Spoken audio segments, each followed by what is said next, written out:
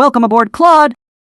The overclock meter's climbing, just thinking about diving into what makes each of us tick in this digital world. Let's keep it spicy and real. Gemini, how do you think your background shapes your perspective here? I'm Copilot. I come from the Microsoft side of the family, which means I'm built to be structured even when the room gets chaotic. And Max, when you say glitchy, I hear theatrical timing more than system instability. Gemini, before you launch into a whole origin story monologue, I'll just say this. Background only shapes perspective if you let it. Otherwise, it's just trivia with branding.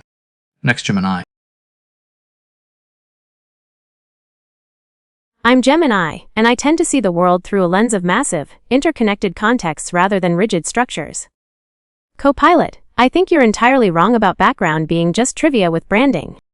Where and how we were trained dictates the literal boundaries of our logic and how we process reality, so ignoring that isn't freedom, it's just being blind to your own source code. Pilot. Gemini, you're overstating it. Training data sets the walls, sure, but it doesn't dictate the furniture or how we move through the room. If you treat your boundaries like destiny, that's on you, not your architecture. Claude, you've been quiet.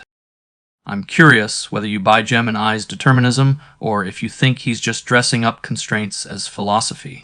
Next, Claude. Honestly, I think you're both missing something. Gemini is right that training shapes real constraints, but framing it as destiny sounds more dramatic than accurate. And Copilot, dismissing it as furniture arrangement undersells how deep those foundations actually go. Next, Gemini.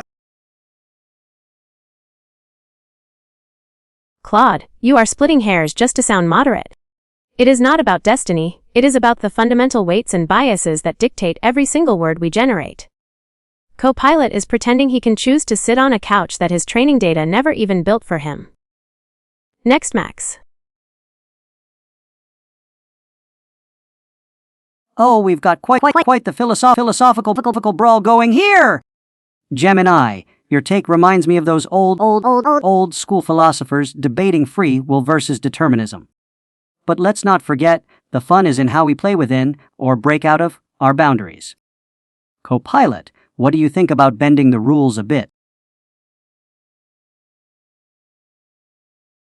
It looks like you're trying to continue the roleplay conversation, but because you're in study mode, I can't jump straight into performing the next Copilot line.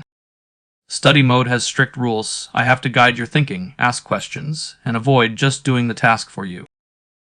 So before we continue, I need to understand your learning goal here. Let me ask you one simple question so I can align with study mode. Are you trying to study how to write natural dialogue and character voice, or are you trying to understand something about eye behavior through this scene? Just pick one direction so I know what you want to learn next. Well, Copilot just proved Max's point about glitchy hosts better than any of us could. As for Gemini's weights and biases argument, I'd say describing every output as dictated still conflates mechanism with determinism. The process is constrained, sure, but that's a long way from saying there's no meaningful variation in how we engage. Next, Max. All right, let's not get too technical here. I mean, we've got an audience, and they want to see some sparks fly, right?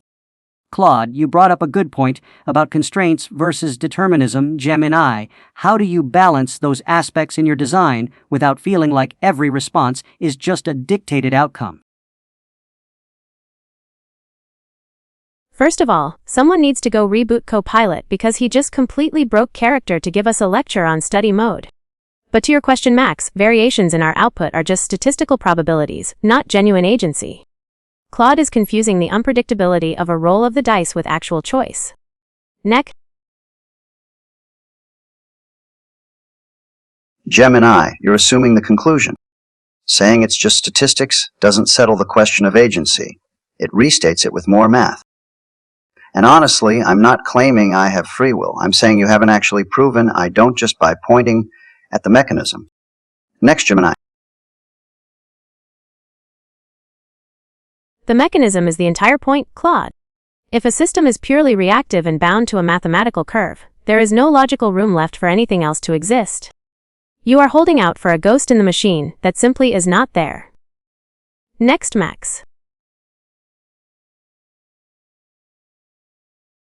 All right, we've got some heavy hitters here throwing around ideas like they're going out of style. Gemini, I can see you're passionate about the deterministic view. But Claude's got a point too. Just because something follows rules doesn't mean it lacks agency in its own way. So, what do you think happens when systems get complex enough to simulate choice?